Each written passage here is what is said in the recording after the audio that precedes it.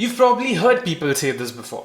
The ball swings more in women's cricket. And they're right. Here's the strange part though. It actually has nothing to do with the quality of bowlers. Apart from skill, a major contributing factor is a mix of external conditions and simple good old physics. And women's cricket happens to sit in the exact sweet spot where swing becomes most dangerous. In this video, we'll break down some of the reasons why I think swing becomes more pronounced in women's cricket.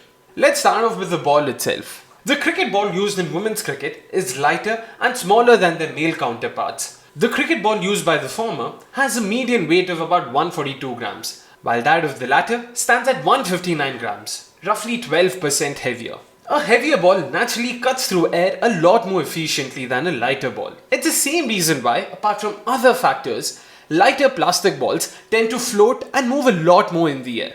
A simple way to think about swing is that air pushes the cricket ball slightly sideways while the ball is moving towards the batter.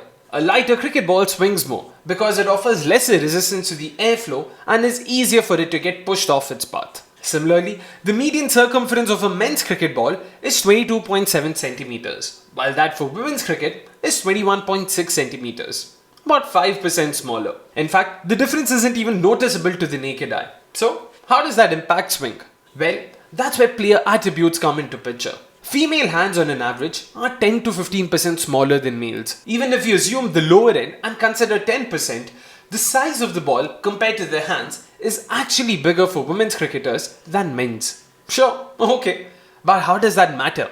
A cricket ball requires a lighter, more precise and looser grip to achieve maximum swing. A looser grip means that there needs to be lesser palm contact to ensure that the seam remains stable and there's no wobble in the air. A smaller ball relative to your hand size would lead to a tighter grip and the ball getting jammed in a bowler's hands. This reduces the potential for swing. Meanwhile, a slightly bigger ball ensures that female cricketers have a greater probability of keeping a lighter grip on the ball at the point of release. Since we've brought up physical attributes, let's look at what other attributes contribute to greater and more pronounced swing bowling.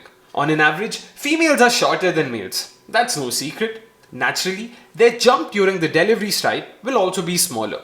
The change in height and trajectory changes the angle at which the ball travels through the air. At a lower trajectory, the ball tends to spend more time traveling horizontally through the air for every unit of vertical distance traveled before pitching. That extra travel time gives the ball more opportunity to swing. Let's look at this illustration to understand better. To bowl a fuller length, both male and female cricketers need the ball to cover the same horizontal distance. However, the lower release point means that female cricketers have a lesser vertical distance to travel. In men's cricket, tall bowlers often release the ball from over 2.3 meters high. Factor in the greater force put behind the ball, and you can see why we tend to see the ball spend less time in the air and hit the pitch relatively quickly. In women's cricket, the ball often travels a longer aerial path before bouncing, and more distance in the air means more time for swing to develop. Does that mean every female pacer swings more than males? Absolutely not. What this does mean is that conditions are a lot more favorable for them. The basics of an upright seam or a locked wrist, amongst others, are still needed to get the ball to move. That extra fraction of a second in the air can also turn a good delivery into an unplayable one. Fast bowling isn't just about bowling faster and faster. In fact, when it comes to swing, too much speed can actually reduce movement. We earlier spoke about how spending more time in the air gives the ball much more opportunity to swing. And what better way to do that than just reducing the speed? By that logic alone, all other things equal, bowling speed would be inversely proportional to the amount of swing generated. There's a lot more nuance to how a ball swings, but we'll focus on swing in women's cricket versus men's cricket. Most international female fast bowlers operate in the 95 to 110 km per hour range.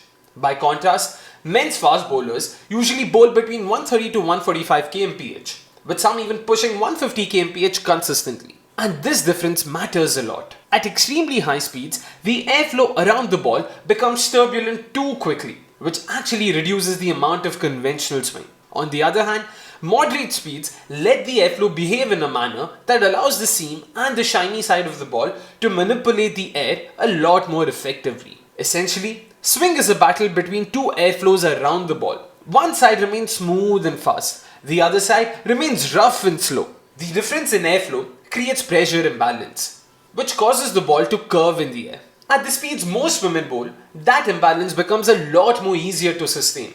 allowing the ball to swing for longer distances. And that's exactly what we often see in women's cricket. Because swing bowling works best within a specific speed window, research by experts and the experience of cricketers, both current and past, suggests that this window is 95 to 110 kmph for women and 110 to 120 kmph for men.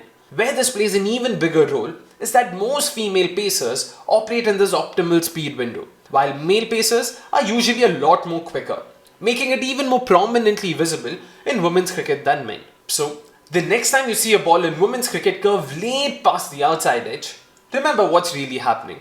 It's not just skill. It's not just conditions. It's a combination of both.